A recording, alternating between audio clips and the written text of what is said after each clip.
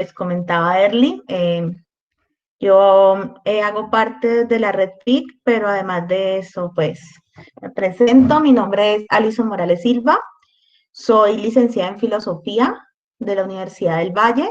Actualmente estudio psicología, también en la misma universidad.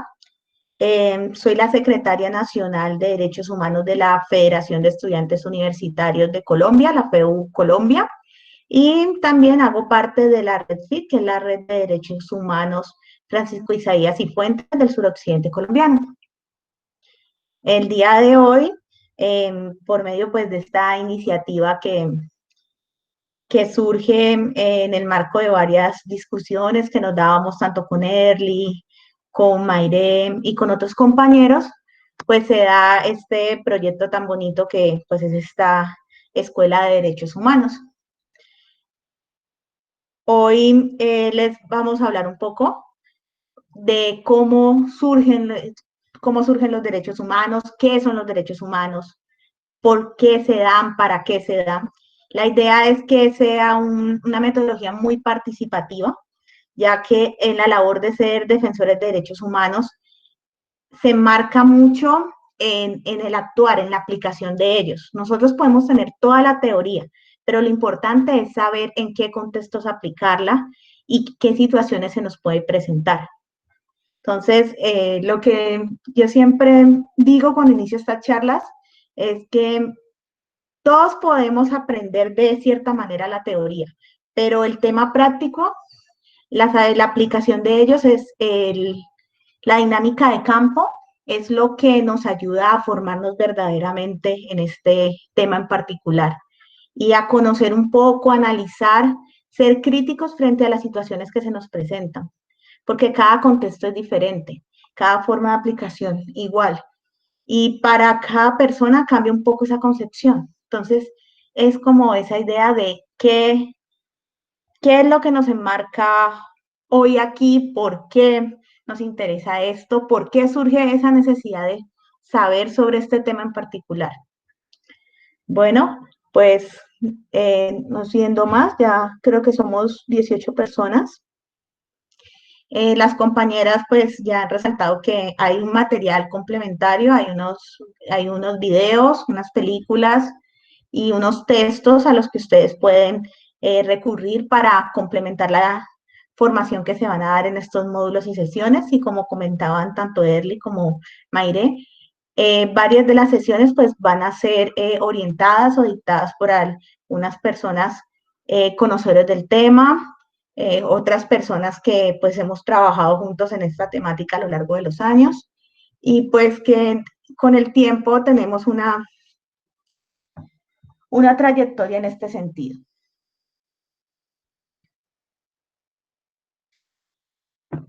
Bueno, ya les comparto pantalla pues para que iniciemos esta sesión.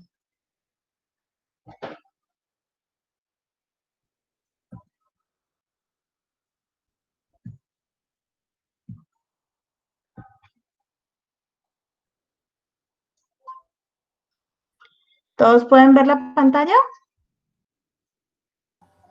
Sí, señora, se alcanza a ver bien. Sí, Listo. se ve. Bueno, el tema que hoy nos convoca acá es una introducción a los derechos humanos.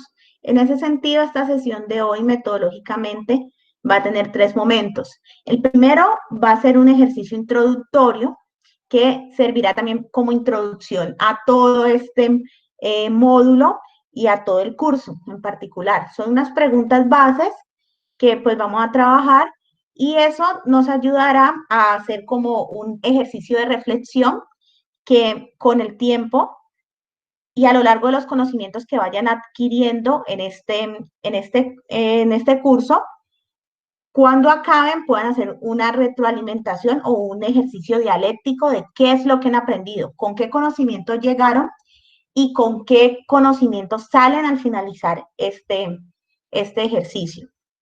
El segundo momento va a ser el tema de la fundamentación. Allí yo les voy a explicar un poco todo el tema de qué son los derechos humanos, para qué sirven, cuáles son sus características, sus finalidades, cómo surgen, vamos a hacer como un pequeño recorrido histórico en tres facetas de los derechos humanos. Y el tercer y último momento va a ser una reflexión, un dispositivo pedagógico donde vamos a reflexionar acerca de lo de la sesión y apropiarnos de los conocimientos que hemos adquirido en ella. En cada uno de los momentos, si no entienden algo, pueden escribirlo por el chat o pueden preguntarme, no hay problema de que me interrumpan. Estoy presta para cualquier discusión. ¿Estamos prestos? ¿Estamos de acuerdo todos?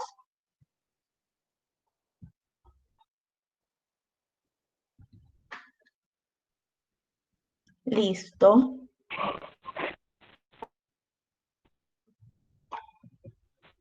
Bueno, pues el primer momento sería el ejercicio introductorio. La idea es que esto lo hagan y lo guarden durante todo el curso. Estas primeras preguntas son 4 preguntas muy simples. Quiero que se tomen mínimo 1 minuto, minuto y medio por pregunta y nos digan desde sus experiencias y conocimientos previos qué significa tener una vida digna, qué son los derechos humanos, qué entendemos por derechos humanos y para qué sirven los derechos humanos. Háganlo ahí en el computador, en una hojita, guárdenlo y ahora vamos a hacer un ejercicio de socialización. Son las 6:12. A las 6:20 volvemos como tal y socializamos un poco esta cuestión como introducción al tema de hoy. ¿Perfecto? ¿Tienen alguna pregunta? No. Listo. Entonces, tenemos hasta las 6:20. Les dejo allí las preguntas en pantalla para que pues vayan realizándolas.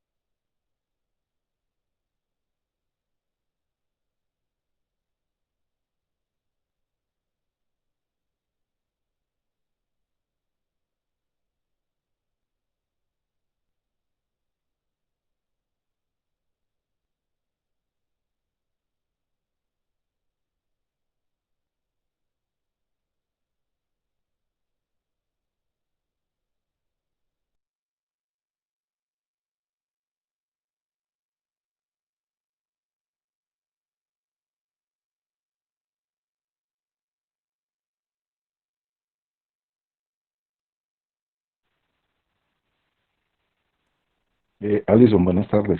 Te habla Roberto Ramos de la Universidad del Valle. ¿No alcanza a ver la última pregunta, por favor?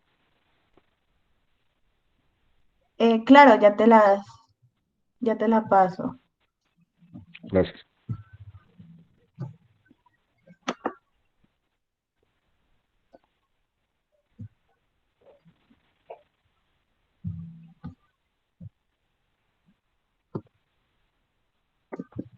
Ya las coloqué en el chat para que las tengan allí y las puedan ver. Listo, gracias, mi amor.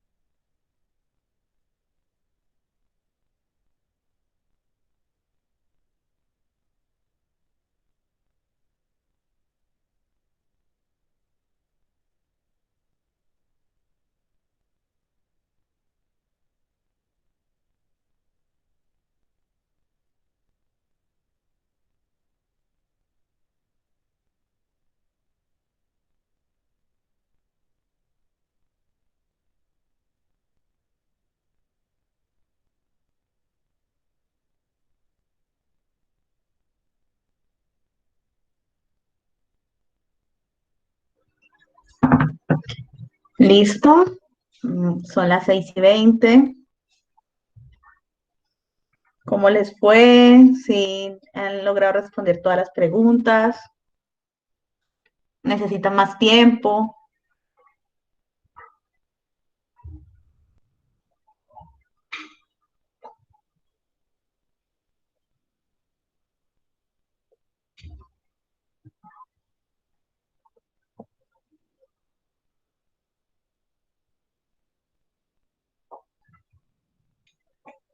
¿Cómo vamos?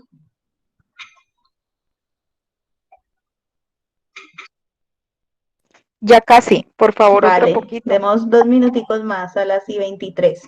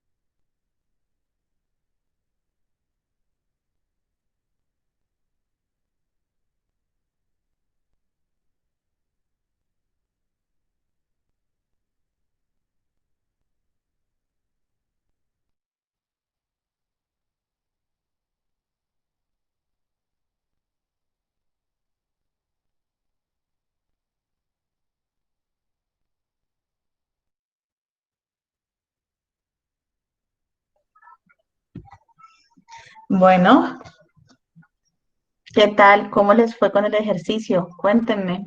¿Hay alguien que quiera socializarnos la respuesta a la primera pregunta?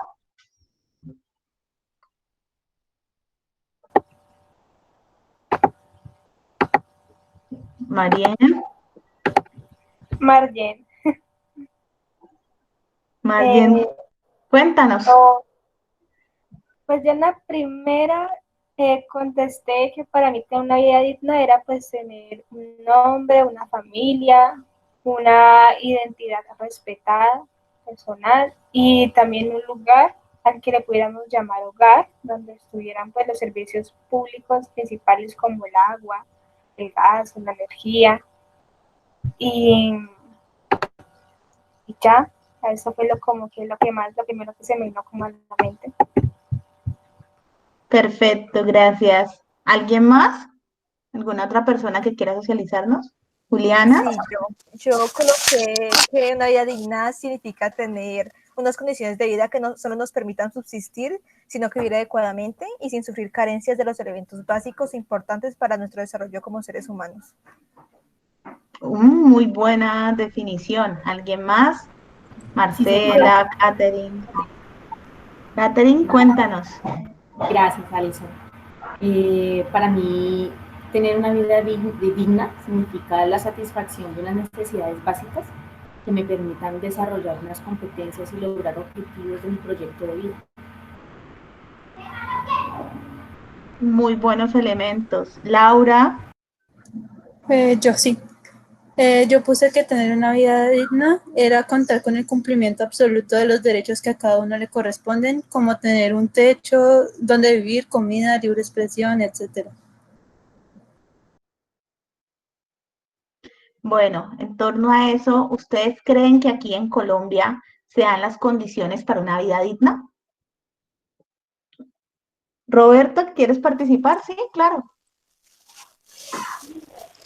¿Me repite la pregunta, Alison? Qué pena. Estaba escribiendo en el momento.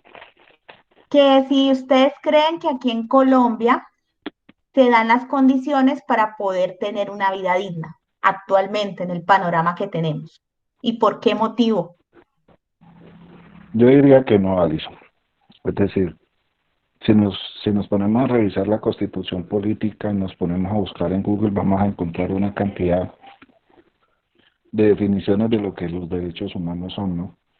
Ahora, el derecho a la vida digna es ese derecho de disfrute, de esos derechos precisamente consagrados y de los que en sí por el solo hecho de ser humanos tenemos acceso. Pero en Colombia no es posible. Líderes sociales, líderes comunales, líderes sindicales, todos los días se ve cómo son exterminados por el solo hecho de refutar, de querer ser defensores precisamente de esas libertades y de esa cantidad de situaciones que a todos nos corresponden como tal. No hay garantías en el sentido de que no hay una autoridad que de verdad las respete. Sí hay una constitución que en toda parte habla de derechos humanos. Eh, Hacerlos valer es bastante difícil porque no hay una autoridad que se entregue directamente te debe respetar. Tus quejas, tus peticiones pueden llegar a las autoridades competentes, pueden llegar a cualquiera de las cortes, sí, a ser debatidos tus derechos y lo que tú quieras, pero si igual no te ponen protección, igual te eliminan, te bloquean, te hacen a un lado, en fin, es bastante complicado. Entrar a discutir sobre esas cosas, digamos que es incluso, yo lo diría, un tanto peligroso por todo esto que nos rodea, pues, situación de delincuencia común, delincuencia organizada, el mismo Estado es bastante complicado eso, pero no hay las condiciones. Bueno, perfecto. Gracias, Roberto, por tu intervención. Marcela, que vi que quería hablar. Hola, sí. ¿Cuál de las dos preguntas sería? Pues ya que estamos en este contexto, ¿tú crees que los derechos humanos, tú crees que el concepto de vida digna se aplica aquí en Colombia? ¿Tenemos las condiciones para que se den? No, yo no creo que aquí en Colombia nosotros tenemos las condiciones de una vida digna. ¿Por qué? Porque el solo hecho de mirar los simples desalojos que se están haciendo, eso ahí ya generalmente estaba perjudicando lo que se supone que es una vía, un hogar, a una vivienda digna. Entonces, desde ahí ya se está irrespetando lo que se supone que uno tiene derecho. También, como decía el señor, los líderes tampoco tienen derecho a la vida y se supone que uno de los derechos fundamentales que uno tiene como persona es derecho a la vida. Ahora podemos mirar que en medio de esta pandemia tampoco se tiene un derecho a un trabajo digno. ¿Por qué? Porque no hay como las maneras, creo yo, no hay las maneras, tampoco hay derecho a la salud. Creo que en este momento aquí en Colombia no hay derecho, no tenemos derecho a una vida digna, a menos como alguien decía por ahí, a menos de que usted sea de la oligarquía. Es lo que opino. Perfecto. ¿Alguien más quiere participar? Bueno, yo considero que no, pues nuestro Estado es demasiado dañado y corrupto.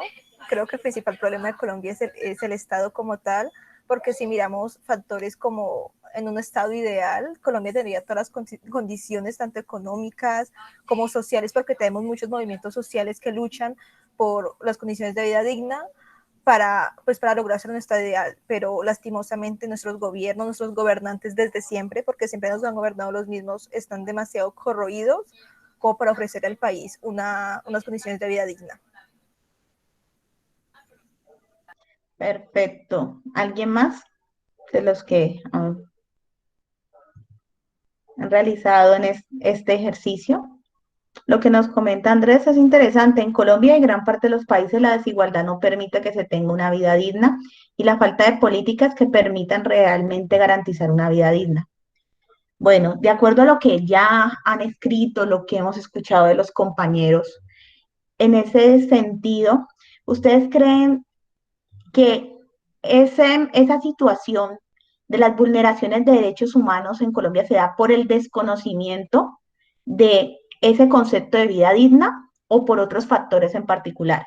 Una de las grandes críticas que hace el Estado en la mayoría de sus planes o políticas es que aquí se vulneran los derechos humanos porque la gente no conoce sus derechos o porque la gente no está informada sobre ellos. ¿Ustedes creen que eso es verdad o no?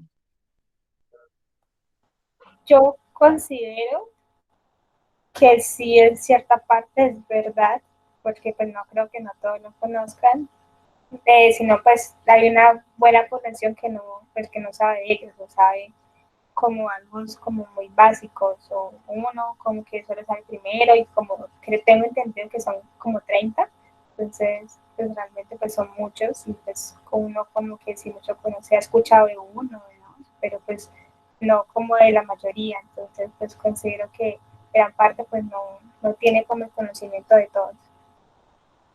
Dale, Roberto. Bueno, yo opino que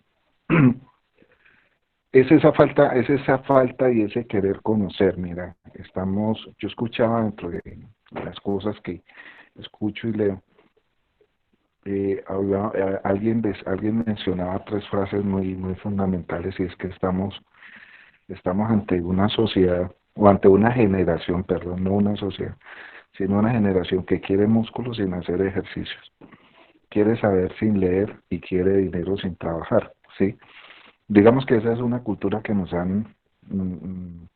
lo que nos corrompe en estos momentos es esa cultura que nos trae conseguirlo todo fácil, sin mucho esfuerzo, y dentro de ese poco esfuerzo está el hecho de no querer leer, de no querer informarse. Si no es algo completamente espectacular, que llame mucho la atención, la gente no voltea a mirar. A ver, dentro de las cosas que yo hago, estoy recién graduado de Derecho, soy empleado de la Universidad del Valle en el cargo de seguridad, y también milito en uno de los sindicatos, en el sindicato Sintronal. Te digo que nosotros en algún momento hemos tratado de acercar ciertos grupos que tienen problemas con esta situación de derechos humanos, y es muy complicado porque la gente no se anima a leer, máxime si son muchachos de cierta generación, de cierta edad. Eh, el entrar a conocer el entrar a conocerlo en contexto desde la misma constitución política para mucha gente es dificultoso, es cansón. El solo hecho de mirar el libro, ¿no? Constitución política, que puede llegar a ser un libro de este tamaño, o incluso más si es más comentada, hace que mucha gente se rinda. El peticionar, digamos que tampoco se tiene claro dónde, quién, en qué momento, ante quién, qué poder solicitar, qué es lo que queda mejor. Y lo otro, sí, tenemos unas autoridades que pues ante ciertas cosas se hacen los de la vista gorda, te llevan al desespero, no te contestan vencimientos de términos en días, en tiempos. Entonces la gente llega hasta cierto punto y se cansa. Sí, mira, algo tan fundamental como es la salud, y la gente, por ejemplo, eh, para peticionarle a sus EPS prefiere pagar que le hagan un derecho de petición, que es una cosa muy sencilla para hacer. Eh, Prefiere pagarle a alguien para que por favor se lo lleve, se lo presente, se lo haga y hasta se lo presente. Entonces sí hay una desinformación sobre eso, no hay un conocimiento, y aparte de eso no hay un querer. Yo diría que son esas tres cosas fundamentales. Muchas gracias, Roberto. Señalo un poco lo que tiene Sofía, que ha escrito en el chat. Va Juan Camilo Polanco y luego Paula. ¿Listo? Gracias. Listo. Sofía nos comparte. Sí hay mucha desinformación, pero creo que por la misma vulneración de los derechos, las personas no estamos al tanto de qué podemos exigir o qué nos deben garantizar.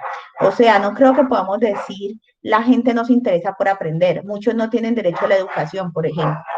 Dale, Juan Camilo. Hola, ¿me escucha? Sí, te escuchamos. Pues mi respuesta va como en la misma vía de lo que presenta la compañera Sofía, y es que aquí hay un problema más trascendental y es la falta de compromiso por las instituciones o por un lado también puede ser el mismo Estado, dado a que si bien están los derechos, si bien hay personas que no se atreven a conocer o que les da pereza y todo el cuento, eh, he de decir de que eso no solamente es una labor de las personas a la hora de querer aprender, sino que también tiene que estar como, se tiene que ver como esa ese apoyo o o sea, se tiene que empezar a trabajar con las personas, listo, si no, si el Estado ve que hay una falencia en ese sentido de que las personas no saben sus derechos, pues entonces hay, porque no se delegan entidades que se encarguen de compartirles a las personas, o sea, por ejemplo, nosotros tenemos un espacio como esto y venimos a aprender, listo, personas que no tienen como unos derechos simples como aprender a educar, o sea, un derecho a la educación y todo el cuento, pues que los tengan para que luego, pues esas mismas personas que no los han tenido puedan llegar y salir a conocer sus derechos reales.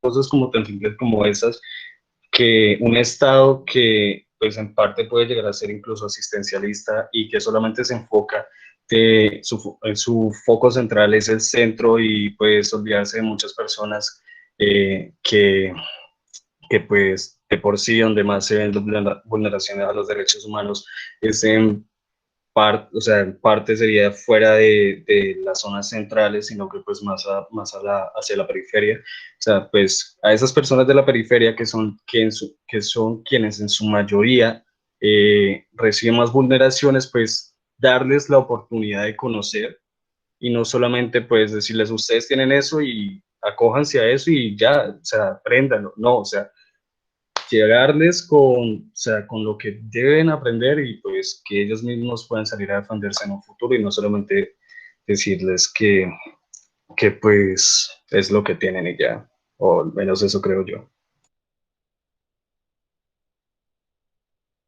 Gracias. Dale, Paula. Listo, bueno, gracias.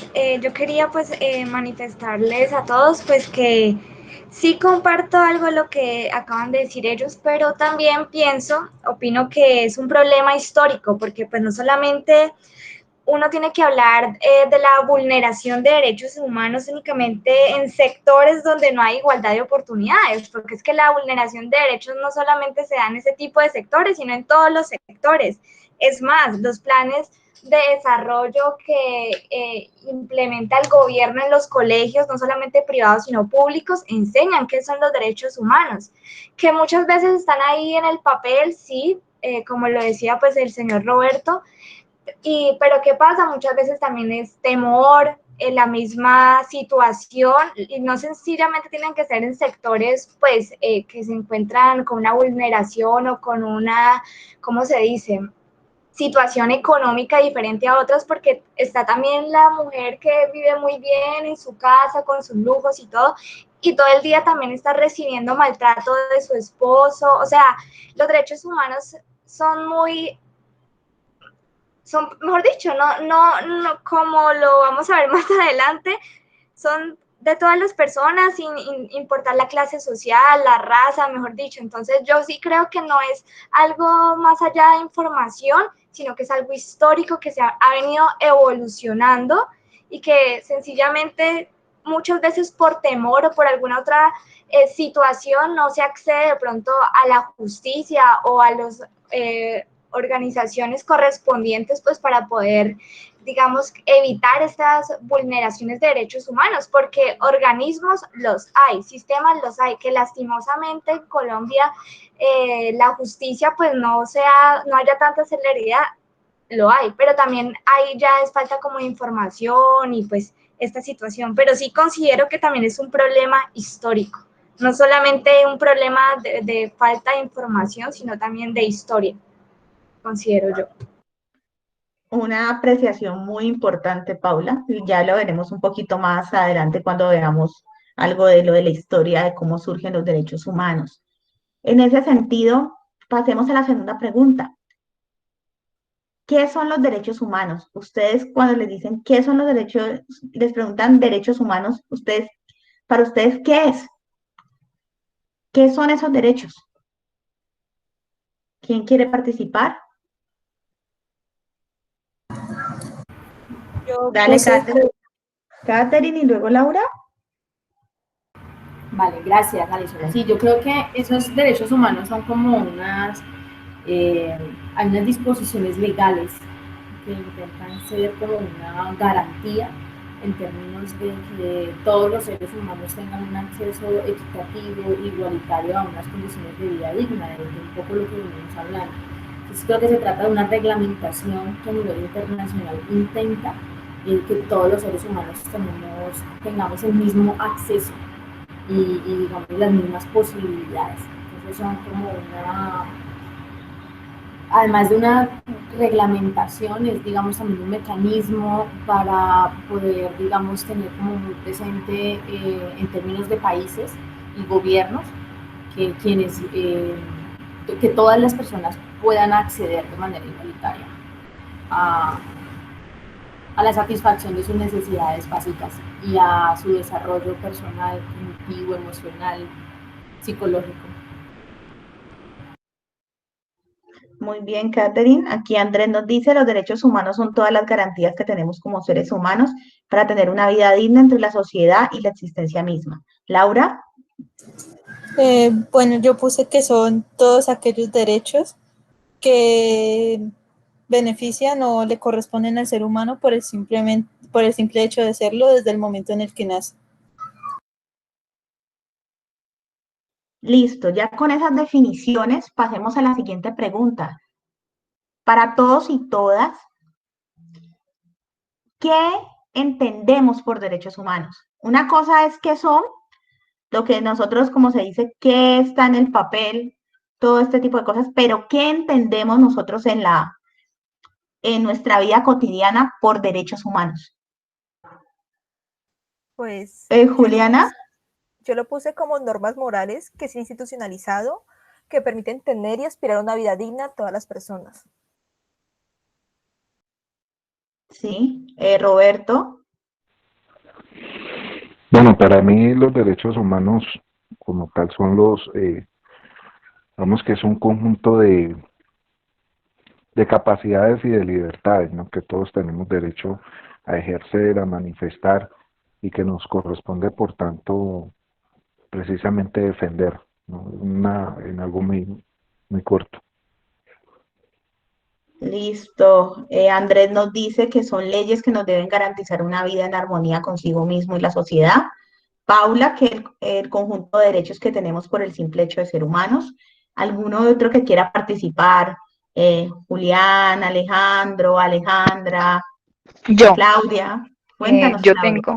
tengo que son unos acuerdos internacionales que se hicieron para garantizar el buen vivir.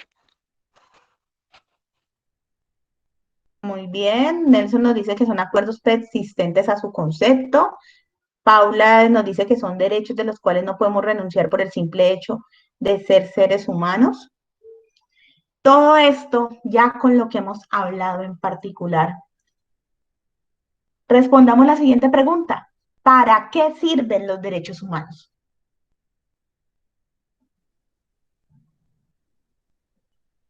¿Para qué nos sirven? Cuéntanos, Laura. Y luego Marcela. Yo puse que sirven para crear un sistema igualitario en el que cada ser humano debe tratarse y respetarse de igual forma, haciendo cumplir pues así los derechos fundamentales de cada uno. Perfecto, Laura. Va Marcela y luego Julián. Yo puse que sirven para respetar la calidad de vida del ser humano. Listo, Marcela. Andrés nos dice para ser tratados como seres humanos con una vida digna. Y Sofía para velar y garantizar la vida digna. Julián. Pues yo considero que los derechos humanos pues son como este mecanismo que tenemos para garantizar tanto una vida digna, al igual que una equidad entre todas las personas sin importar nuestro color, procedencia o cualquier pensamiento que nosotros tengamos, pues frente a cualquiera ya cuestión sea religiosa, política o de cualquier tipo. Una muy buena apreciación. Lady Giraldo nos dice, para garantizar la satisfacción de las necesidades básicas de cada ser humano. Bueno, de acuerdo a esto, ya tenemos como un abrebocas de qué entendemos un poco por derechos humanos. Alejandra nos dice, los derechos humanos son principios mínimos de existencia libre y digna de las personas. Aquí tenemos elementos particulares que hay que resaltar y que ustedes tienen que tener muy en cuenta. Son palabras claves y conceptos que van a abordar a lo largo de de toda esta escuela, como es el tema de vida digna, como es el tema de libertad, como es el tema de necesidades básicas, como es el tema de garantías, de equidad. Todo este tipo de conceptos son las herramientas que ustedes van a tener para poder asumir, para poder estudiar, para poder entender poco a poco lo que se les va a ir presentando. Por eso es importante estos ejercicios introductorios, ya que permiten que conozcamos un poco con qué conocimientos se llega al espacio y también con qué conocimientos ustedes después se van a retirar de dicho espacio cuando culminen. Es muy bueno lo que nos señala Nelson, que dice que el hecho de llevarlos a un concepto fundamenta la posibilidad de crear mecanismos capaces de defenderlos con el apoyo popular. Algo importante, algo fuerte a señalar, que a mí siempre me gusta decir, y es que los derechos humanos son luchas ganadas a lo largo de la historia. Más adelante vamos a ver por qué motivo, pero se señala de que son luchas ganadas a lo largo de la historia, pero que con la sangre de muchas personas, con las lágrimas, con la vida, con infinidad de sacrificios, es que se lograron legalizar. Y una cosa importante, dos palabritas que les sugiero que las tengan siempre, siempre presentes son legalidad y legitimidad. Esas dos palabras son las bases de todo lo que tenga que ver con el tema jurídico.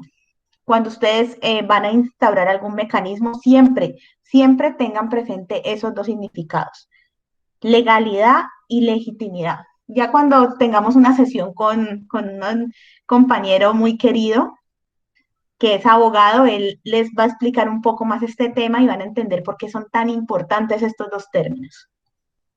Bueno, pues ahora continuemos, ya culminamos la primera parte que les decía que era este ejercicio introductorio. ¿Cómo se sienten?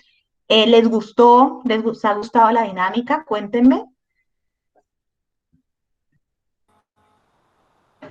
Pues a mí sí me ha gustado la dinámica.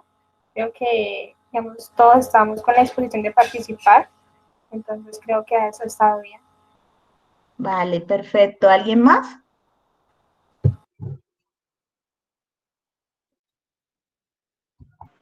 Sí, para mí también ha sido de total agrado, digamos, la dinámica que se ha llevado el día de hoy.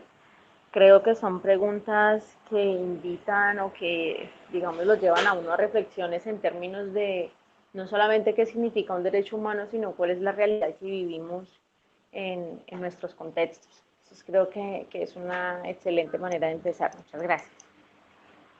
Bueno, perfecto. Sí, también Nelson nos dice que es importante escuchar las interpretaciones que cada uno le da al mismo tema. Eso es verdad y es algo que yo le señalaba, y es que los contextos son muy distintos y van a afrontar situaciones en las que no van a poder utilizar como el mismo mecanismo para poder llevar cada caso, cosas de ese tipo uno se enfrenta en este oficio. Entonces, esto ayuda un poco a uno conocer ampliamente lo que puede suceder. No es lo mismo las situaciones de derechos humanos que se dan fuertemente aquí en el suroccidente colombiano a las mismas situaciones que se dan en Bogotá o en la costa atlántica. Cuando uno hace un paneo general, pueden decirse que el gobierno siempre los enmarca en unas grandes clasificaciones, pero cuando tú vas a trabajar directamente en contexto y en región, se da cuenta uno que hay unas particularidades propias y por eso estos ejercicios de apropiación de conocimientos son tan importantes para poder, de que tengan las bases para poder afrontar este tipo de cuestiones. Bueno, pasemos ahorita a la parte ya de fundamentación teórica.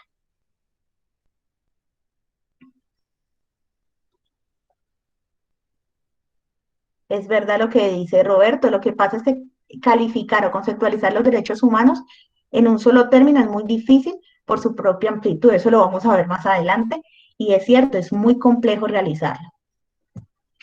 Bueno, parto pantalla y continuemos.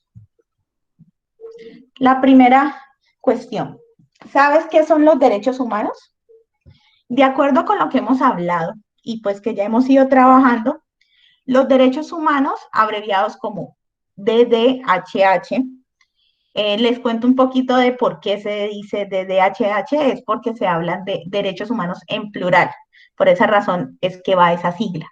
Son aquellas libertades, facultades o reivindicaciones relativas a bienes primarios o básicos que incluyen a toda persona por el simple hecho de su condición humana para dar la garantía de una vida digna. Ya por eso estamos hablando del tema de qué era la vida digna y qué condiciones se da en una vida digna. ¿Qué sucede? Muchas personas dicen condiciones materiales y físicas, pero no solamente se reduce a eso, también están las condiciones psicológicas, las condiciones sociales, las condiciones económicas y las condiciones políticas. Más adelante, cuando se vean la generación de los derechos humanos, se entenderán por qué se dan estas diferenciaciones. Particularmente porque mucha gente no contempla dentro de los derechos humanos el tema de cómo se da la violencia psicológica en algunos aspectos. Más que todo, se puede ver cuando se dan vulneraciones de género o violencias basadas en género, ahí estamos viendo unas vulneraciones muy fuertes a los derechos humanos y también en las violaciones a los derechos de los niños. Varios de ustedes señalaron algunos de esos derechos cuando estábamos haciendo el ejercicio introductorio. Uno de ellos es el derecho a tener un hogar, o el otro es el derecho a tener un nombre. ¿Por qué creen que estos derechos son tan importantes en ese contexto de la vida digna? ¿Alguien que quiera participar?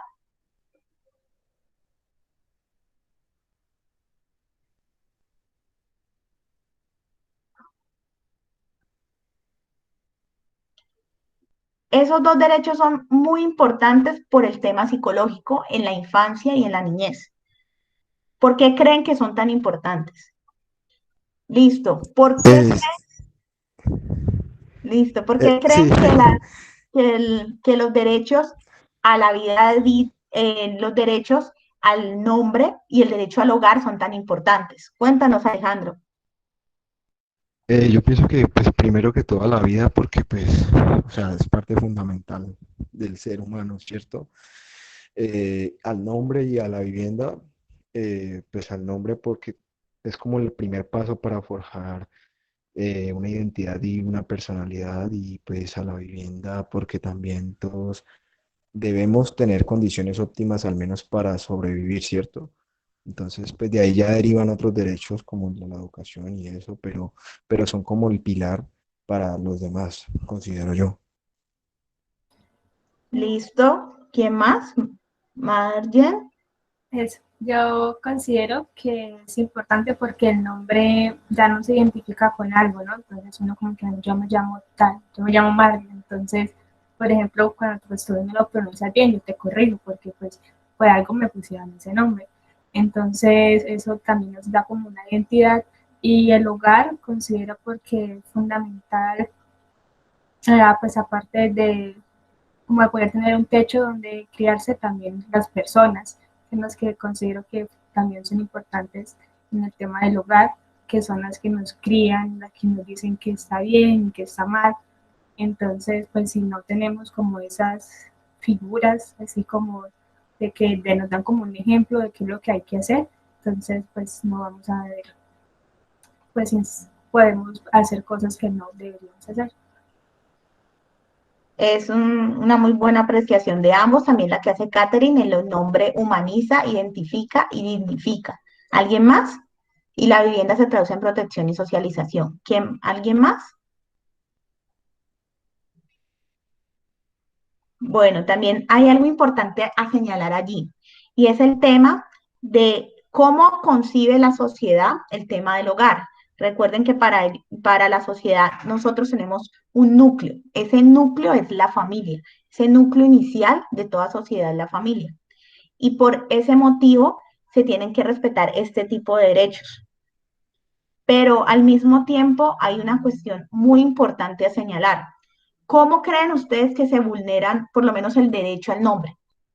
¿Cómo puede pasar en distintas condiciones? No solamente pasa con los niños, pasa con los adultos, pasa con los distintos sectores sociales, pero ¿cómo creen que se puede vulnerar ese derecho? Es uno de los derechos más complejos porque mucha gente no conoce en qué condiciones se dan esas vulneraciones.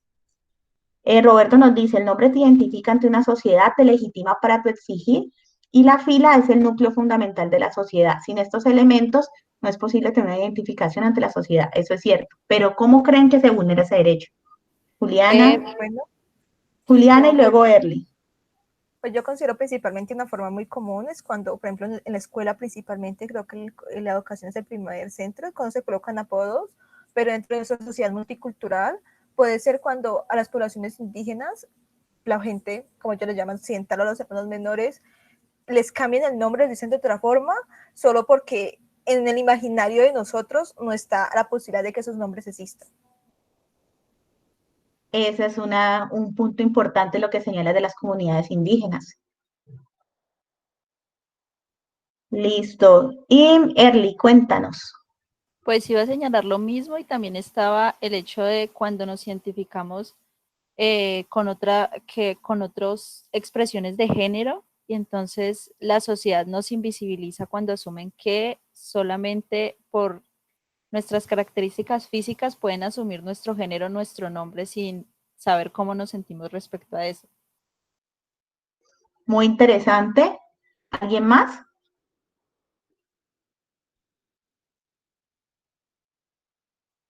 Yo les voy a dar otra situación que es muy poco conocida, pero también es compleja. Cuéntanos, Paula. No, pues se me viene a la cabeza, pero pues es un ejemplo como un poquito fuera de contexto, pero pues tiene que ver con el nombre. Un ejemplo, cuando digamos alguna persona la culpan o le imputan algún delito y esa persona es inocente, entonces ahí hay un daño no solamente a la vida, sino al nombre, porque están dañando mi reputación, mi identidad. Entonces ese también sería como otro ejemplo de cómo sucede una vulneración directa a mi derecho humano, que es el derecho, pues, del buen nombre, de mi nombre, Paula. Sí, eso es daño en buen nombre.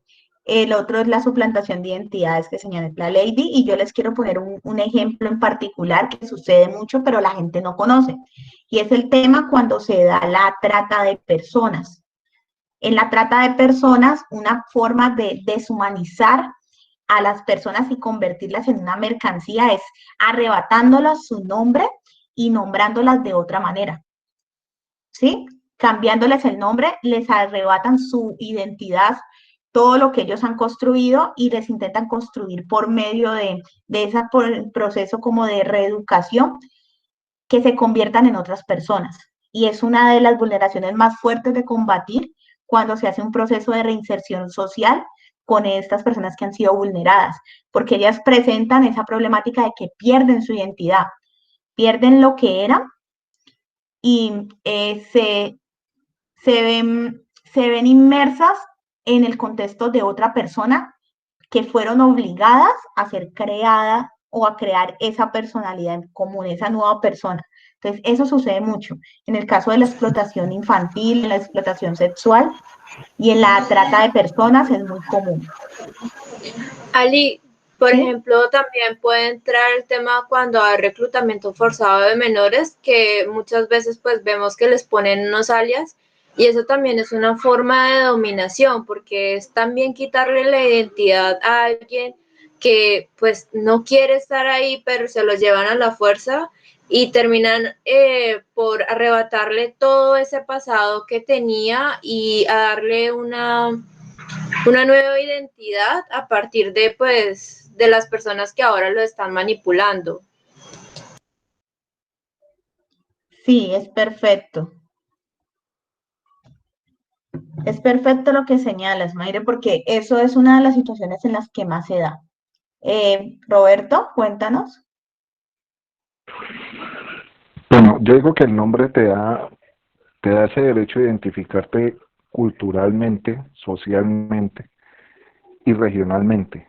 El hecho de que te nieguen ese derecho fundamental te aísla totalmente de tu contexto real.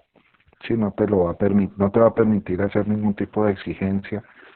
Eh, Te niega la posibilidad de hacerlo porque, como tú bien lo decías ahora, Alison, que en el ejemplo que dabas de la trata de personas y de la esclavitud, y de la forma como algunos, como se puede conocer una forma del genocidio, que es eliminar culturalmente a unas personas y a las que quieran simplemente cambiarles eso, cambiarles su identidad, cambiarles su nombre, para identificarlas como de otro grupo étnico, racial, lo que ocurre en estos momentos, pues es simplemente borrar a esa persona, negarle ese derecho que tiene al buen nombre, a su identificación como familia, a no dejarlo avanzar, simplemente borrarlo en su identidad en sí mismo. O sea, para mí es una cosa que da como la vuelta.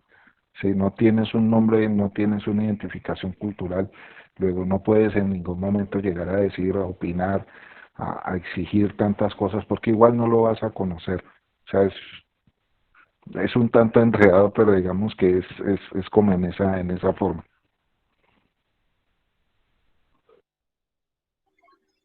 Perfecto. Entonces, en ese sentido, ya entienden por qué les decía que este es uno de los derechos que mucha gente lo tiene en el panorama, pero no conoce el trasfondo fuerte que posee.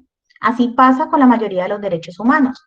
¿Qué sucede? Nos dicen, hay una gama básica de 30 derechos humanos, pero ya comentándoles un poco más a fondo, los derechos humanos han ido cambiando a lo largo de los años y son luchas ganadas. Entonces, de esos derechos se van saliendo pues otras clasificaciones. Entonces, van a ir viéndolo cuando veamos las generaciones de los derechos, cuáles van surgiendo y cómo cambian de país a país. Esa es otra de las cuestiones importantes que hay que entender. Y cómo también se vulneran. Entonces, ahí entra una pregunta muy importante que quiero hacerles a todos y todas. Para ustedes, ¿quiénes vulneran los derechos humanos? Esto es muy importante. ¿Quién? ¿Quiénes vulneran los derechos humanos? Los estados, ¿no? Porque pues son los que ratifican esos derechos y los que nos dan la identidad y el poder para poder exigirlos y manifestarlos. Exactamente, los estados. Además de eso, ¿creen que hay alguien más que vulnera los derechos humanos o solamente el Estado? Yo creo que, o sea, entre las mismas personas, porque por ejemplo la vulneración del nombre por medio de apodos o llamarlo de otra forma, no es una forma, el Estado puede combatirla, pero dentro de las mismas personas y estas diferencias que se construyen, que se salen ya del ámbito que el Estado no puede controlar precisamente, se vulneran los derechos. Ahí lo que señalas, Juliana, es la cuestión o la discusión más grande que siempre nos hemos dado. En realidad, quienes vulneran los derechos humanos son los estados. ¿Por qué motivo? Porque el Estado es responsable de también lo que sucede dentro de su territorio y el actuar de sus ciudadanos. Hay que entender una cosa y es que el Estado es el que, por así decirlo, replica esas estructuras al interior de la sociedad y es el que genera esos problemas estructurales que conllevan a que la gente vulnere los derechos de una u otra persona. Un ejercicio simple es el tema de lo que se decía de la vulneración del buen nombre. ¿Esto por qué sucede? La responsabilidad en un principio es del Estado porque no brinda los elementos de educación y seguridad para que sus ciudadanos entiendan, conozcan y apliquen este tipo de cuestiones. Hay que entender que hay una autonomía propia y una responsabilidad por cada uno de nuestras acciones, pero en sí el encargado de garantizar de que estos derechos no se vulneren es el Estado. Por eso casi siempre cuando hablamos de esto, todo se reduce a esos principios estructurales que se deben garantizar desde el momento en que nacemos y el momento en que obtenemos una nacionalidad o nos adscribimos a ella. ¿Entienden hasta allí o tienen alguna duda?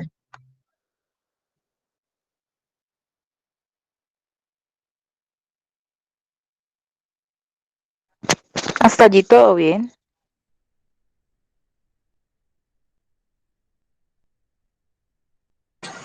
Ali, entonces, por ejemplo, si una persona me vulnera mi buen nombre, por ejemplo, es una persona natural, ¿cómo se podría proceder en ese caso? O sea, porque me está vulnerando mis derechos, pero digamos que el que va a vulnerar los derechos en general, los derechos humanos, es el Estado. Pero entonces, ¿cómo se podría entrar a mediar ahí? O sea, ¿esa persona me está vulnerando mis derechos humanos o es el Estado a quién recurro yo o a quién demando yo?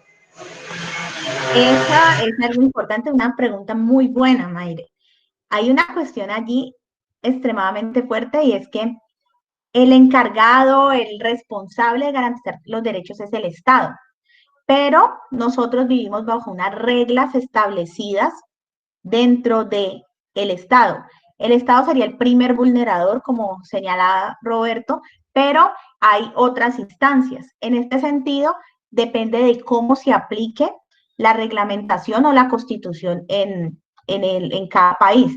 En el caso colombiano, nosotros tenemos la justicia ordinaria. Entonces, allí se presentan pues estos delitos y estos delitos o faltas tienen sus sanciones, tienen sus penas. Entonces se hace el debido proceso, se juzga y se reglamenta de que está incumpliendo los acuerdos bajo los que nosotros determinamos vivir al aceptar permanecer en este territorio. Todos tenemos unos acuerdos que por el mero hecho de tener nuestra nacionalidad ya estamos aceptando, es algo implícito. Por ejemplo, de que el tema de respetar la vida. ¿No? Mucha gente dice, mis derechos llegan hasta donde inician los de los demás. Y es una cuestión de que nosotros tenemos que ver cuáles son esos límites de nuestros accionares y cómo se da la situación de vivir en una sociedad. ¿De dónde viene ese conjunto de reglas que nosotros mismos afrontamos, asumimos y practicamos a diario? Esa es la cuestión. Acá nos señala Roberto, a pesar de que Colombia en su constitución política se consagra como un Estado social de derecho, es el primer vulnerador de igual forma. Los diferentes grupos o estructuras que se interesan de manera particular en lucrarse de las drogas y demás. Igualmente cualquier persona cuando te niega tu derecho al respeto de los mismos. Es eso.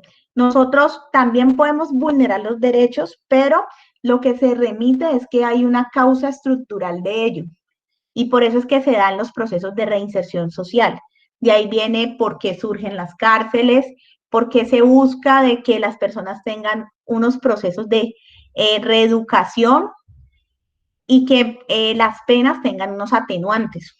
Entonces, todo ese tipo de cosas entran dentro de esta cuestión en particular. Cuando veamos los mecanismos, van a conocer un poco más cómo se da esto y qué mecanismos se tienen para poder denunciar las vulneraciones de los derechos humanos aquí en Colombia. ¿Vamos bien hasta ahí? ¿Han entendido toda esta parte?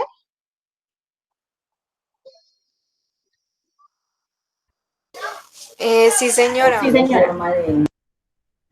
Bueno,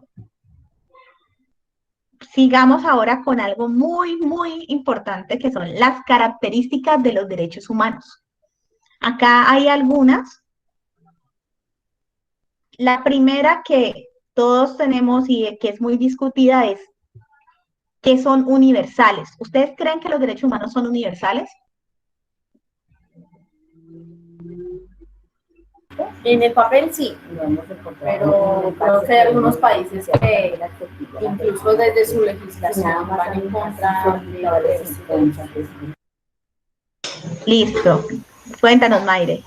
Pues si nos ponemos con tecnicismos, si hablamos de universales, estamos hablando del universo completo y pues solo nos estamos adscribiendo las personas pues que vivimos en este planeta como seres humanos. Y como decía Catherine, hay unos países que ni siquiera han firmado ese tipo de acuerdos.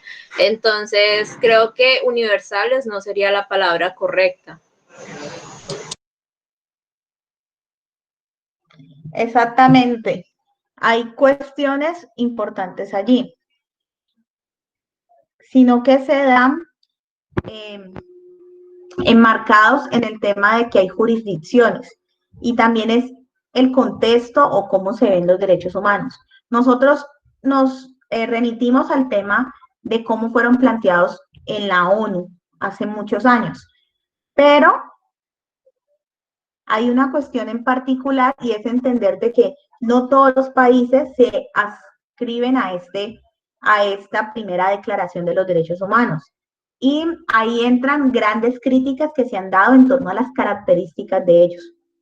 Entonces, por eso se puede decir que no son universales, se toman como universales, pero sí son inherentes, como señala Nelson, al ser humano sin importar su raza o nacionalidad. Y eso también entra a la cuestión de cómo nosotros trabajamos el tema de su protección, ya que en otros países es complejo, por lo menos en el Medio Oriente, las cuestiones de género son muy fuertes y las legislaciones vulneran ampliamente los derechos humanos. Y ahí entra como la cuestión del peso político al interior de los países y también el tema del respeto a las culturas. Propiamente aquí en Colombia hay un tema importante y es el tema del respeto a las etnias o el tema de la jurisdicción indígena. ¿Alguno ha escuchado un poco el tema de la jurisdicción indígena? ¿Saben de qué les hablo en ese sentido? Pues yo creo, pues me corrigen si estoy mal, tengo entendido de que es las leyes que rigen a ciertas comunidades, ¿no? Como sus propias leyes que, pues que nadie puede interferir ni el mismo Estado. Exactamente, Margen. Ahí hay una cuestión, es que la Constitución del 91 le brinda a las comunidades indígenas un cierto margen de acción para ellos sancionar y penalizar al interior de sus territorios ciertas conductas o actos que se dan. Entonces, ahí es donde entran temas como que si se roba al interior de una de esas comunidades, se da temas de mutilaciones, azotes, el cepo, cosas de este tipo, que pues no están contemplados en las sanciones colombianas, pero dentro de la autonomía de los diferentes pueblos indígenas en Colombia aún se practican y son ampliamente aceptados. El tema de las violaciones al interior de los cabildos es bastante fuerte en ese sentido, porque también se marca mucho en el tema de la mutilación. Y pueden ver de que uno de los casos más comunes es que cuando suceden delitos al interior de los cabildos, las personas a veces prefieren renunciar a su condición de indígena para que los juzgue la justicia ordinaria y no la justicia indígena por la cuestión de los severos que pueden llegar a ser este tipo de castigos.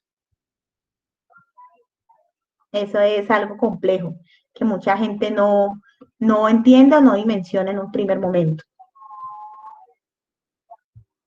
Tenemos otro, el tema de que son innegociables. ¿Por qué creen que los derechos humanos son innegociables?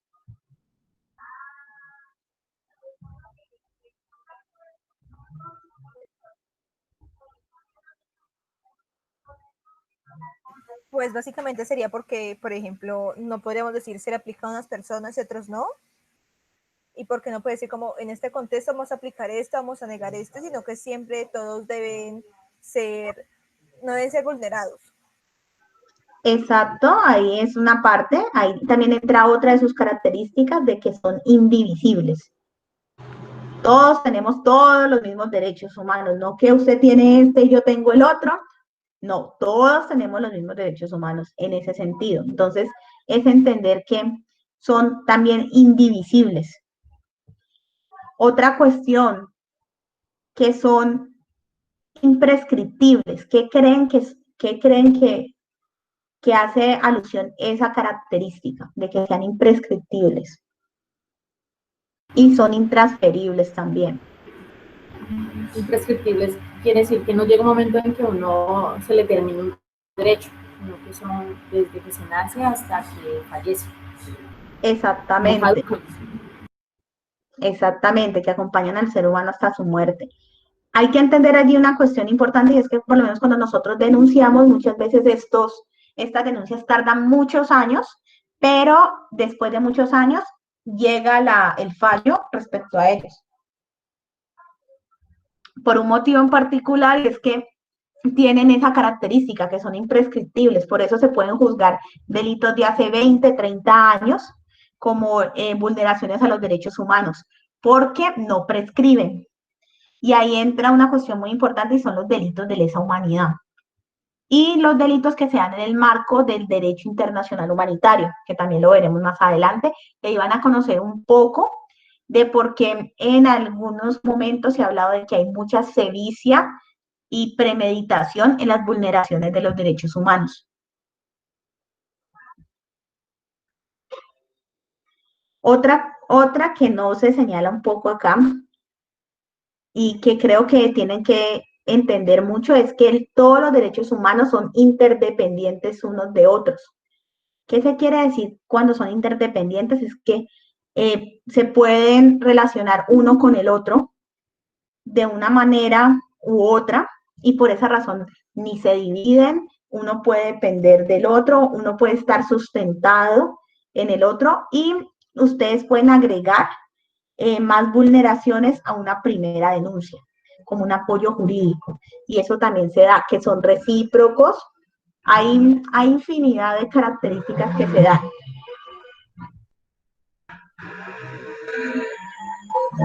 Estas de las que hablamos son las más importantes.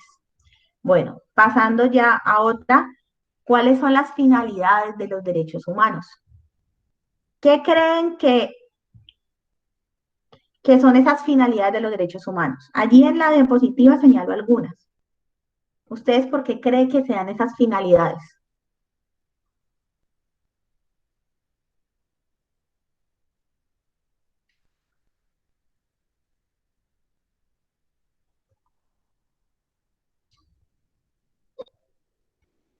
Por lo menos la primera, que dice que buscan el desarrollo integral de la persona humana. ¿Por qué creen que se da? ¿Por qué normalmente surge una ley? Se los pongo así. Porque existe un factor antes que hizo que se pensara y se tenga que crear para poder luego no vuelva a ser vulnerado o que vuelva a suceder. Exactamente. Entonces, en ese sentido, ¿cuál es esa primera finalidad de los derechos humanos?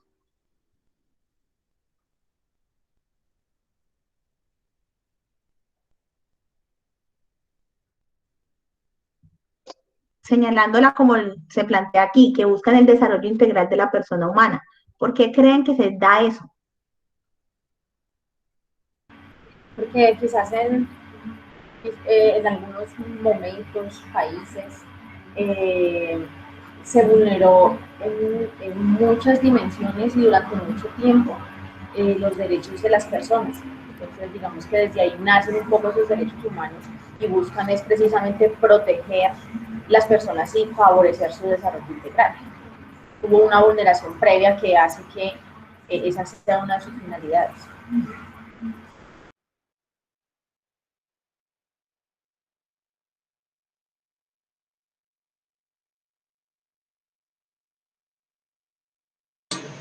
Ali, tienes el micrófono apagado.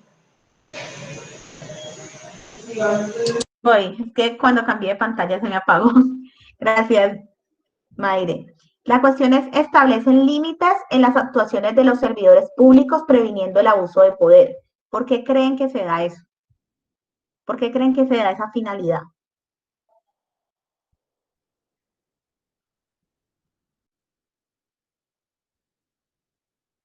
Pues porque Porque lastimosamente, especialmente en el contexto de Colombia, los servidores públicos a veces no entienden que su deber y su ser es servir a la comunidad, sino que se muestran como un ente superior. Entonces es regular, y además que tengan, por ejemplo, en caso de las comisarías de familia y estas cosas, de que tengan que atender a toda la población y no puedan discriminar por algún tipo de cuestión.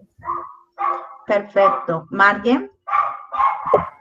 pues yo considero, pues se me vienen a la mente como los ejemplos de que creen que porque tienen poder tienen derecho a hacer ciertas cosas, ¿no? Entonces me viene a veces como respecto al tema de género sobre las mujeres, de que pueden abusar de ellas o que él, si les hace un favor, entonces ya le pasa, quién sabe, alguna ley o lo que necesite y se lo pasa rápido, pero tiene que darle como algo a cambio y está allí como abusando del poder que tiene.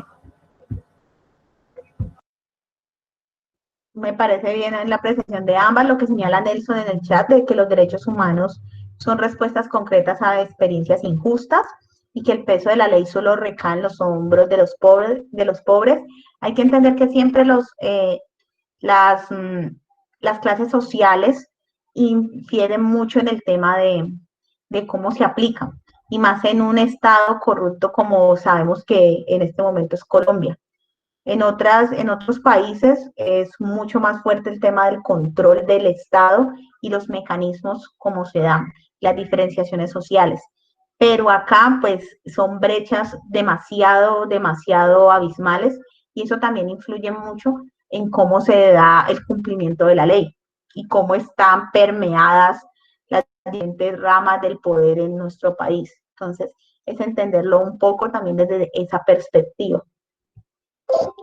La otra finalidad es crear canales y mecanismos de participación en el manejo de asuntos públicos y toma de decisiones. Aquí en Colombia, lo que decíamos desde un principio, el papel es lo más lindo que hay. Yo creo que quien lea la Constitución Política de Colombia dice que este es el Estado perfecto.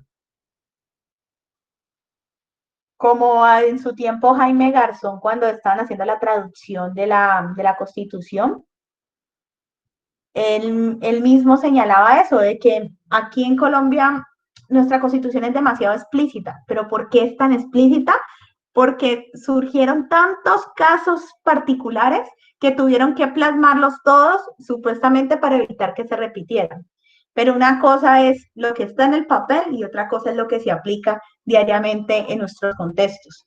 Entonces, ahí entra un poco de qué canales y mecanismos tenemos para poder llevar a la práctica eso tan bonito que tenemos escrito en la Constitución del 91. Porque ahí puede ser muy hermoso, puede ser demasiado inclusivo, puede tener infinidad de cosas, pero cuando vamos a ver los canales, los mecanismos y las instituciones, vemos que el proceso es demasiado lento y en muchas ocasiones está permeado por muchos factores. ¿Ustedes qué opinan respecto a esa cuestión? A esa finalidad que tienen los derechos humanos. ¿Creen que sí son necesarios esos canales? ¿Que sí son necesarios estos procesos de educación que se tienen que dar? ¿Y cómo se deben dar aquí en Colombia? Sí, obviamente. Yo creo que nos podemos referir, por ejemplo, a la pregunta de inicio cuando decía la gente no conoce sus derechos o que el Estado dice que la gente no se limita.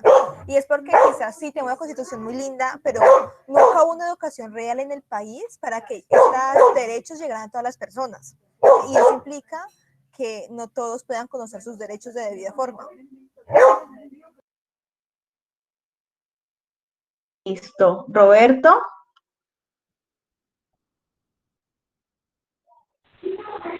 Bueno, yo me ratifico en lo que dije desde un principio. Sí son necesarios los canales de información, como este del que hoy tenemos el privilegio pues de gozar, de debatir. Como ya lo decía también en otra de las respuestas, conocer derechos humanos es una situación muy amplia, no se puede limitar a un solo concepto, hay que mirar el contexto en el que hay que aplicarlos ¿sí? En qué región, por cultura, por lo que usted quiera pensar. Realmente es necesario llevar esta información a todas partes, hacerla conocer en todas partes, hacer que las personas se interesen por conocer sus derechos, a pesar de que Colombia es un Estado social de derecho, así está instituido pues en su artículo primero. Colombia como Estado es el primer vulnerador, pero no solamente es el Estado, son los diferentes grupos que se interesan por lucrarse de situaciones como la droga, de diferentes situaciones de carácter ilícita, son los vecinos también, cuando te limitan tu derecho a la propiedad, cuando te tiran la basura, cuando te hacen bulla, cuando no te dejan dormir. O sea, esto es un concepto tan amplio, ¿sí? La gente no lo conoce, la gente cree que por el hecho de estar en su casa puede hacer lo que quiera. Entonces, desde allí empiezan a surgir, los pequeños conflictos hacen que posteriormente se vuelvan los grandes problemas. No solamente es el Estado, no solamente la guerrilla, no solamente son paramilitares, somos nosotros mismos cuando desconocemos al otro como ser humano, como un igual, cuando nosotros nos queremos acostar a dormir tranquilos, ¿sí? Hoy, pero al otro día no pensamos en el vecino y le hacemos tremenda pachanga, rumba, lo que usted quiera, le formamos pelea por la basura, por la construcción, por lo que ustedes quieran. Sí es necesario conocer de esto, pero no solamente llevarlo al contexto de lo macro, de lo que nos está ocurriendo aquí con grupos sociales y demás, que es muy importante, pero desde nosotros mismos empezar a reconocer toda esa situación. Ahora, los canales de ejecución son lentos. La justicia, incluso en estos momentos, por el tema de la pandemia, eso se dio el lujo pues de cerrar los juzgados, ya todo hay que hacerlo de manera digital, eso hace que se ralentice más la justicia y toda esta situación, pero igual eso no quiere decir que no tengamos que conocerlos para poder ejercerlos. ¿Listo? Perfecto, gracias. Andrés también nos señaló que claro que sí, porque da voz y voto en los asuntos de interés social. Entonces ahí tenemos otra de las finalidades. Y la última es que permiten actuar libremente sin atentar contra los demás. También hablamos ahí de las libertades individuales, que eso también lo trataremos más adelante. Bueno, ya hablando un poco de la finalidad de los derechos humanos, pasemos un poco a la historia de los derechos humanos. ¿Cómo surgen los derechos humanos? En ese sentido, metodológicamente, pues para que podamos abordarlo de una forma más sencilla, yo lo he separado en tres periodos. El primero es la edad antigua, luego la edad media y moderna, y por último la edad contemporánea. Les voy a contar un poco así, un poquito más charladito de qué se trata esto. Pueden interrumpirme en cualquier momento o escribirme por el chat si no comprenden algo o para que lo enfaticemos. ¿Qué sucede durante la edad antigua? Este periodo lo comprendemos entre el año 4000 antes de Cristo y el año 476 después de Cristo. En ese momento hay que entender cuál era el contexto del ser humano. Lo primero es que durante este periodo histórico, todo lo relacionado a la personalidad y los derechos inherentes era desconocido.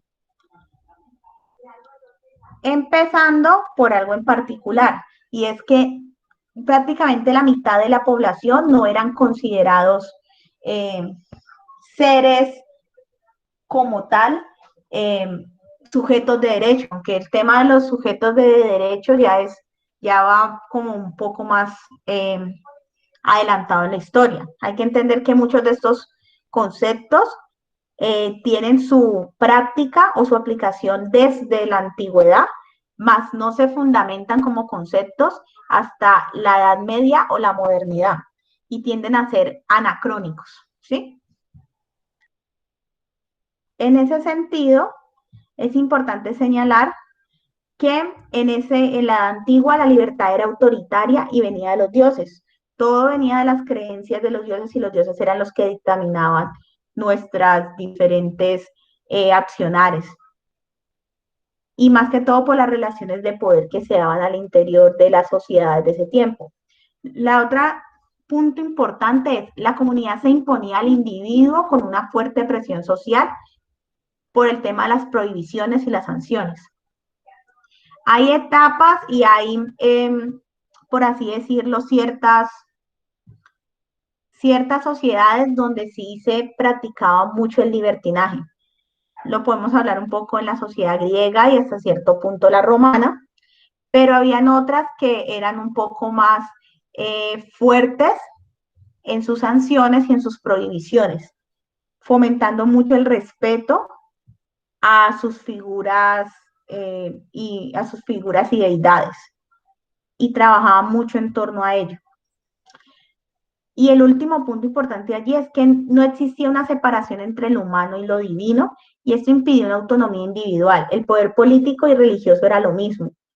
Y eso, pues, se vio hasta el momento en que llega la Edad Media, donde, pues, sabemos que pasa el poder de la Iglesia a ser el centro de todo. Fechas y acontecimientos destacados que hay que entender allí. El primer código jurídico escrito que se conoce, que es el código de Ur-Nammu en Mesopotamia. Después podemos hablar del código de Hammurabi, que es redactado por un rey en Babilonia y aparece por primera vez la ley del talión. ¿Alguno conoce cuál es la ley del talión? ¿La han escuchado? Ojo por ojo, diente por diente. Exactamente, ojo por ojo, diente por diente. En ese caso, ¿ustedes creen que se apliquen los derechos humanos allí?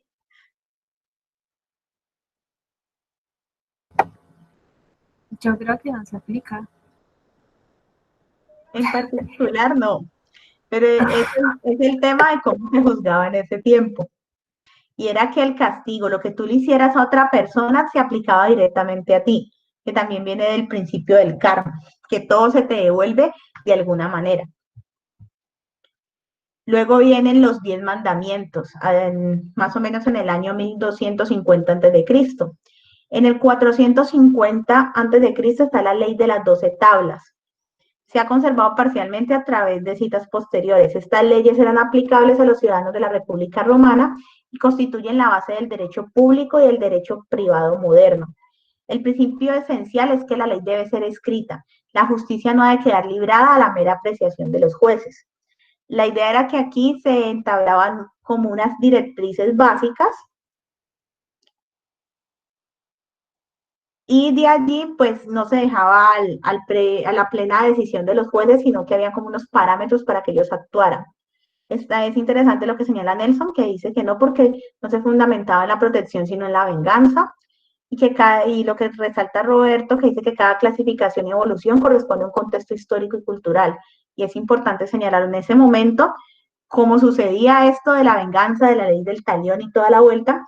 Se empezó a reglamentar los casos, y entonces esta ley de las 12 tablas lleva unos parámetros para que los jueces actuaran dentro de esos parámetros. Está luego la predicación de Jesús de Nazaret, que ahí empieza ese concepto de la dignidad e igualdad de los seres humanos. Pero pues hay que entender que en ese momento también no todos los seres humanos éramos considerados seres humanos. Entonces teníamos el tema de que los negros no tenían alma, las personas afro no eran reconocidas y las mujeres eran menospreciadas o subordinadas al mandato del hombre. El Edicto de Milán, que es el reconocimiento del derecho a la libertad religiosa, que ese fue uno de los más controversiales que se ha dado y que fue anulado en el 392 por Teodosio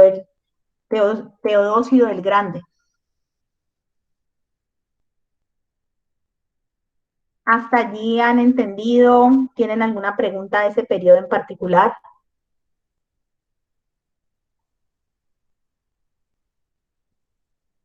En ese momento los derechos humanos no se daban, que digamos, de una forma muy clara. Ya seguimos con la siguiente, que es la Edad Media y la Edad Moderna, este segundo bloque.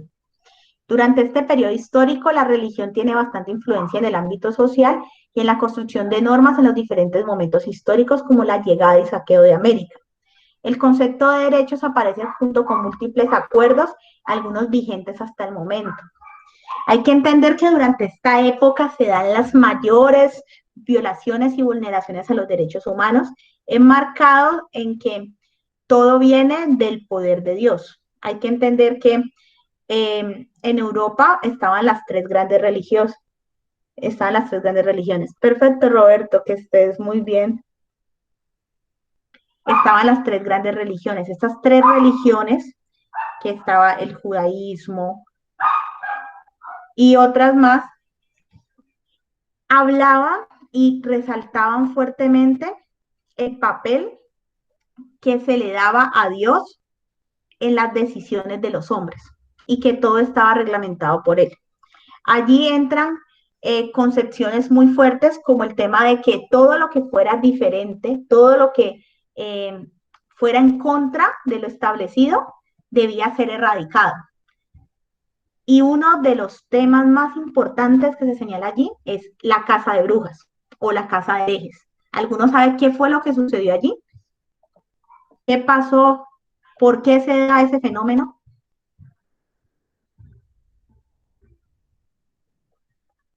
Pues era una época que se considera oscurantismo y es donde toda la ciencia, todo lo que tuviera que ver con conocimiento estaba prácticamente prohibido. Entonces, las mujeres que representaran ciertos rasgos físicos, porque incluso llegó a transformarse hasta conseguir ciertos rasgos físicos como signo de brujería, pero también, por ejemplo, saberes ancestrales como medicina natural o conocimiento, incluso que la mujer supiera leer, era considerado como un acto satánico. Y se basaron en esto pues para matar a muchas mujeres porque consideraban que cualquier rasgo físico o estas indicaciones significaban que tenía pactos con el diablo. Muy bien, Juliana. Margia. Sí, además, pues, hasta donde tengo entendido, había hasta un manual que escribieron que gente sobre la cacería de brujas, no me acuerdo muy bien quién, pero describen lo que decía la compañera Juliana sobre las características físicas y cómo hacían y hablaban pues de los rituales en las noches que se reunían y eso, y era cualquier conocimiento, sobre todo pues percibieron mucho a las mujeres, referente también al tema de la sexualidad y demás. Sí, Margia. El libro se llama El martillo de las brujas. Justamente yo hice mi tesis en filosofía sobre ese tema en particular, tema de las vulneraciones de género en esa época. Hay que entender allí de que no solamente se persiguió a las mujeres, se persiguió todo lo que era diferente, todo lo que no encajaba dentro de la estructura. Se persiguió a los homosexuales, a las personas que expresaban sus ideas, a las personas que no encajaban en los distintos contextos, a los foráneos o extranjeros. Piensan en ellos. No, iba a decir con respecto a eso que pues de allá viene el término herejía, que pues la herejía traduce algo como libre pensador. Entonces toda persona hereje era condenada, cualquiera, o sea, por ejemplo, las mujeres principalmente pues por todo el machismo estructural, pero también por el tema religioso en el cual pues había un dogma inamovible y pues Dios era la respuesta para todo. Entonces si por ejemplo curabas a alguien con una planta, pues ya eras una bruja y ya eras alguien a la que había que destruir porque eras algo diferente a la verdad que ya estaba establecida. Perfecto. En ese sentido, así es como se fueron dando. Y también entendiendo de que se buscaba subyugar y subordinar a la mujer. Muchas personas no lo analizaban desde ese concepto, pero debido a las precarias condiciones sanitarias y salubres y a otras temáticas, en muchas ocasiones las mujeres vivían más que los hombres. Y ellas eran pues las encargadas del hogar y de los hijos. Y muchas de ellas, aunque no heredaran, tenían como cierto poder cuando el marido moría, más que todas las personas de las aristocracia.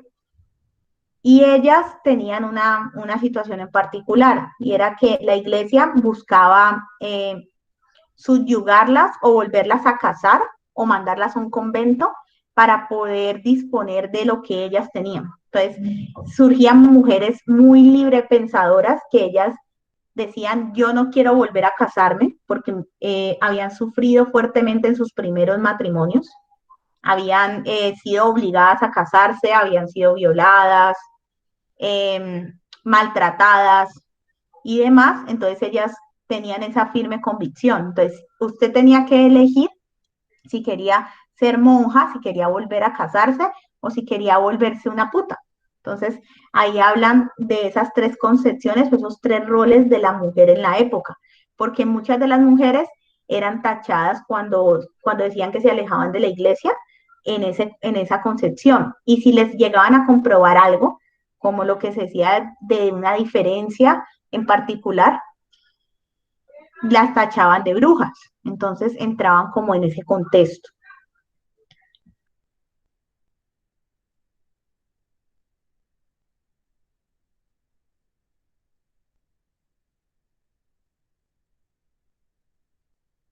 En esta época hay unas fechas importantes a resaltar, que es el Código Justiniano en el 529, donde se da esa codificación del derecho romano y se le da la noción moderna de justicia. Entonces ahí es donde empieza a surgir este concepto de que tiene que haber un equilibrio y por esa razón se le da esa concepción a la justicia de una mujer con los ojos vendados y una balanza. Luego está la Carta Magna, que es donde se concede diversos derechos a los varones y a sus pueblos por primera vez, cuando el rey se compromete a cumplir la ley, en caso contrario los varones podían acusarlo. Ahí entra lo que yo les decía, antes los reyes tenían todas las facultades, si el rey decía usted se muere, así de simple.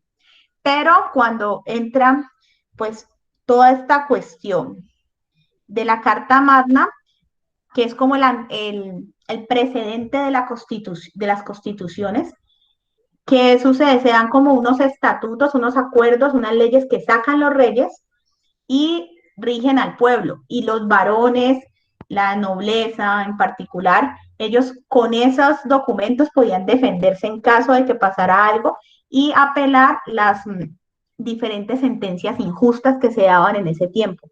Son como los primeros mecanismos de protección que se dan en ese momento. Después de eso está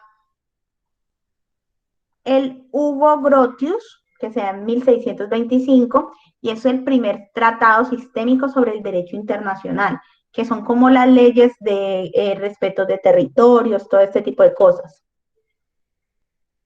En 1679 se da uno de los primeros mecanismos, que es el habeas corpus, que prohibía las detenciones sin orden judicial en Inglaterra. En realidad en Inglaterra es uno de los países donde más se da como esta cuestión de que surjan los derechos. Más que todo también por su reglamentación y por los diferentes gobiernos que había tenido. Hay que entender que Inglaterra es una de las primeras, por así decirlo, imperios, donde el poder recae dentro de una mujer como mandataria, que es el caso de Isabel I de Inglaterra. Y pues como tienen unos reinados bastante largos. Igual pasa con Victoria I de Inglaterra y así pues son dinámicas donde se abre un poco más la mente frente a la perspectiva de género en el poder.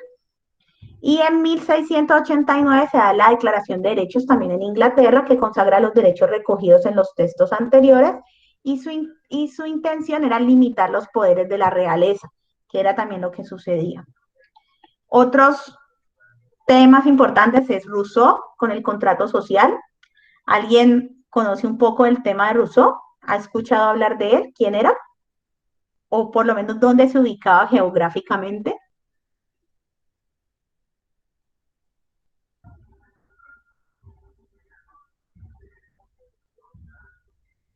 Rousseau se ubicaba en Francia. ¿Ustedes por qué creen que es tan importante este nombre en particular?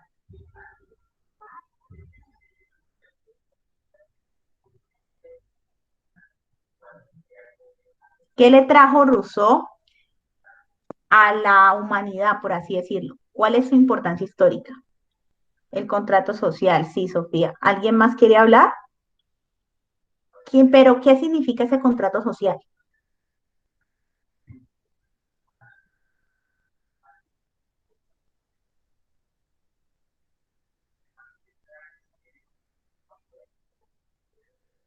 ¿Qué es lo que proclamaba Rousseau que fue tan importante? Pues básicamente para Rousseau, él decía que pues todos en algún momento en las anales de la humanidad, cuando empezaron a surgir las sociedades, se estableció un contrato social que regulaba lo que como comunidad se podía hacer. O sea, era como una regulación dentro de la sociedad para poder convivir. Exactamente, Juliana. También acá Nelson nos dice de que una sociedad política justa debía fundamentarse sobre el contrato social y que todos nacemos libres, que se daba el derecho a la vida, a la libertad, a la propiedad. Pero hay una cuestión en particular y es que él decía y planteaba de que el ser humano llega, por así decirlo, en un estado bueno y es la sociedad quien lo corrompe cuando no tiene las condiciones para que se establezcan estos tipos de contratos sociales. ¿Ustedes qué opinan respecto a eso? ¿La sociedad es la que corrompe verdaderamente al hombre? Que era lo que planteaba en un principio.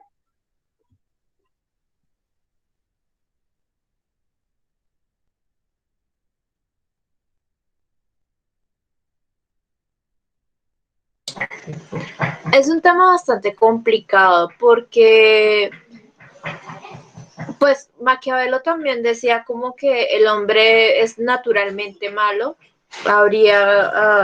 Hay otros autores que refutan eso, que el hombre es naturalmente bueno. Y han habido muchos experimentos en los que se ha mostrado que el hombre bajo ninguna supervisión de alguna ley, bajo ninguna restricción de leyes de ningún tipo, pues se comporta de una manera muy violenta y muy instintiva.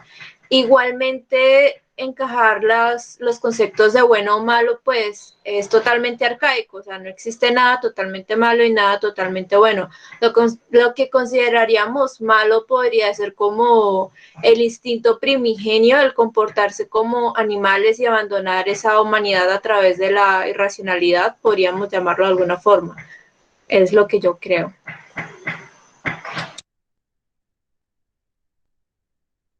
Muy interesante también lo que se señala. Maquiavelo fue otra de las personas que más hablaba sobre este tema. Ahí también debemos señalar de que el contexto de qué se entendía por educación y a quiénes se les brindaba es una de las cuestiones más fuertes. ¿Por qué? Porque al mismo tiempo, en este tiempo, se da el tema del tratado de pedagogía, que también pues lo señala Rousseau, y es cómo se debe educar al hombre y bajo qué principios, bajo qué conceptos. Pero hay que entender el tema de quiénes se consideraban ciudadanos y qué implicaciones tenía ello dentro de la sociedad. Entonces, son temas y elementos importantes que deben tener allí en el panorama.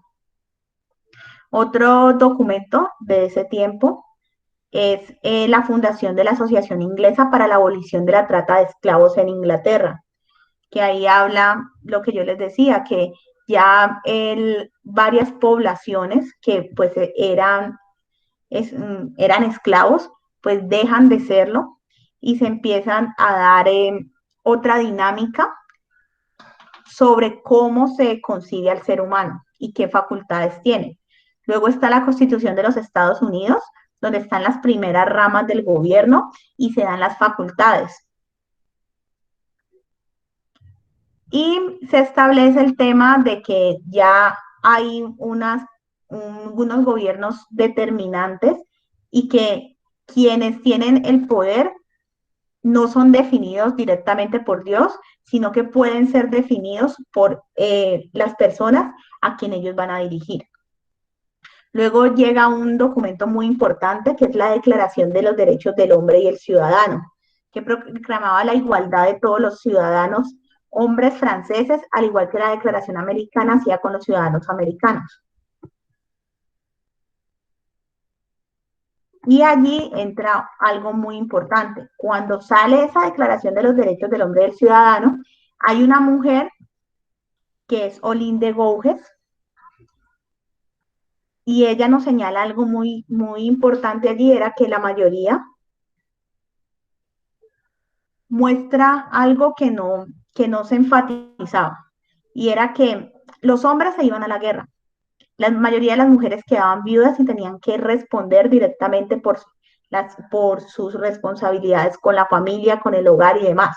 Cuando se sacan estos derechos, nunca se incluyen a las mujeres, y las mujeres quedan valiendo menos que los que valían en su momento los esclavos. Olinde Gouges señala y saca este texto, que es muy corto, son como 2 páginas y media, donde saca todos los derechos del hombre y del ciudadano, pero los aplica al género femenino.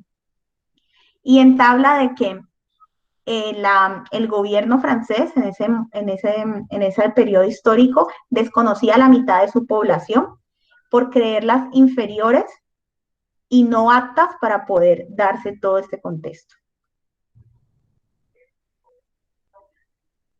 Exactamente, también está el tema de Locke, y también antes de él estaba pues Maquiavelo, que también señala algunos de estos contextos, y Rousseau también tiene un tratado de pedagogía sobre la mujer, es bastante interesante, pues les invito a que lo lean. Y nos quedamos con el último periodo histórico ya para terminar, que es la Edad Contemporánea, que va de 1789 hasta la actualidad. Aquí ocurrieron muchos hechos históricos de gran relevancia en el tema de derechos humanos, y en consecuencia a esos sucesos es que aplicaron las diversas medidas que actualmente utilizamos. Estas medidas estuvo presente en la antigüedad de los romanos, su derecho, las ilustraciones y los derechos individuales y todas las enseñanzas de la historia, que unidas nos dan el resultado de lo que somos hoy como sociedad y como personas. Fechas importantes, ya les decía yo, en 1792 está la Vindicación de los Derechos de la Mujer, escrita por Mary Wollstonecraft. Está en 1848 el Manifiesto Comunista por Marx y Engels. En 1864 la Convención de Ginebra. En 1917 la Revolución Rusa. En 1918 la Declaración del Pueblo Trabajador y Explotado. En 1919 la creación y Organización Internacional del Trabajo, que se da bajo una figura que es inicialmente la Sociedad de las Naciones. Luego viene en 1945, 1946 el proceso de Nuremberg, que pues se da con el tema de los juicios a los oficiales nazis por los crímenes contra la humanidad durante la Segunda Guerra Mundial. Hay que entender que la Segunda Guerra Mundial es como ese detonante para todo el tema de la legalización e institucionalización de los derechos humanos. En 1945, la que es la Organización de las Naciones Unidas, la creación de la ONU como tal, que es la heredera de esta figura que les mencionaba de la Sociedad de las Naciones. En realidad, la ONU fue como la consolidación de esa Sociedad de Naciones que había anteriormente. Y en 1948 ya se da la Declaración Universal de los Derechos Humanos, que la abordaremos en la siguiente sesión. 1976, la de la Declaración Universal de los Derechos de los Pueblos, que en ella surgen los derechos de tercera generación, que pues los vamos a ver que ahí es donde se dan más que todos los derechos colectivos, ya que los derechos individuales se venían dando desde la antigüedad, pero no se habían reglamentado. En 1998, el Estatuto de Roma, que es cuando se da la Corte Penal Internacional, y se habla de que los estados en muchas ocasiones no son capaces o no pueden juzgar delitos internamente, ya que están esos contextos de corrupción y demás que permean los procesos, y por esta razón se tienen que dar instancias internacionales que sean más fidedignas para llevar este tipo de procesos. Entonces, eso era más que todo el tema de cómo se da pues esta primera introducción a los derechos humanos. Para finalizar, les quiero dejar estas preguntas para que las reflexionemos de cara a la próxima sesión. La primera es cómo se ganaron los derechos a lo largo de la historia. Ya con los textos que van viendo y con lo que van a ir leyendo, pueden hacerse un panorama de esas luchas que se dieron para poder llegar a obtenerlos.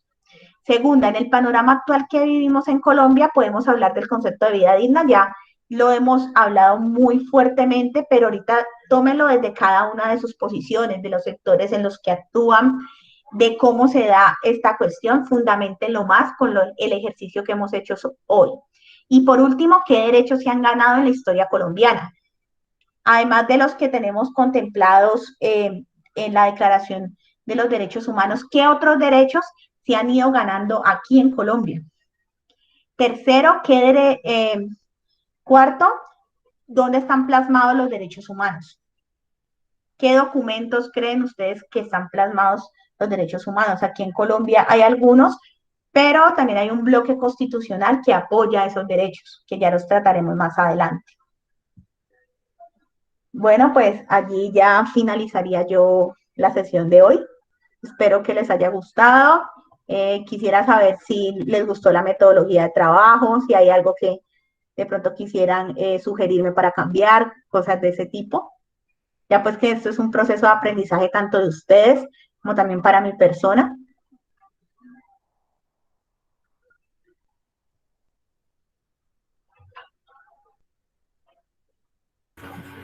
Sí, para mí ha sido mucho el espacio, tanto de la introducción del tema, la información recibida y, digamos, con esa invitación a pensarnos todo el tiempo en términos de nuestros contextos, cuáles van a ser los derechos humanos en nuestra cotidianidad.